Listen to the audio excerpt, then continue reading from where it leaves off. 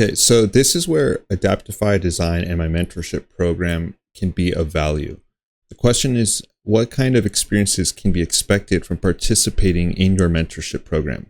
You're going to understand the tools that are necessary to learn to create prototypes or wireframe ideas, but you're also going to understand how to articulate your ideas using the business lens.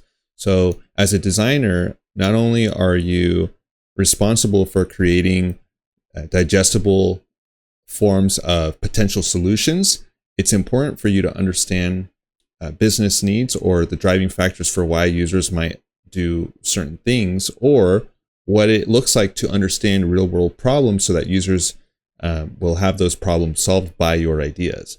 So in my mentorship program, I'm going to walk you through not only my experience, but also being able to guide you through the thought process of what it looks like to break down those problems so that you can validate those problems in the market. The whole mentorship program is to expose you to different ideation processes. So one of the tools or methods that we use is design sprint, which is a 5-day framework that allows you to arrive to a most valuable product very quickly. And usually this is a collaborative method, but there are ways to do this just with 1 or 2 people.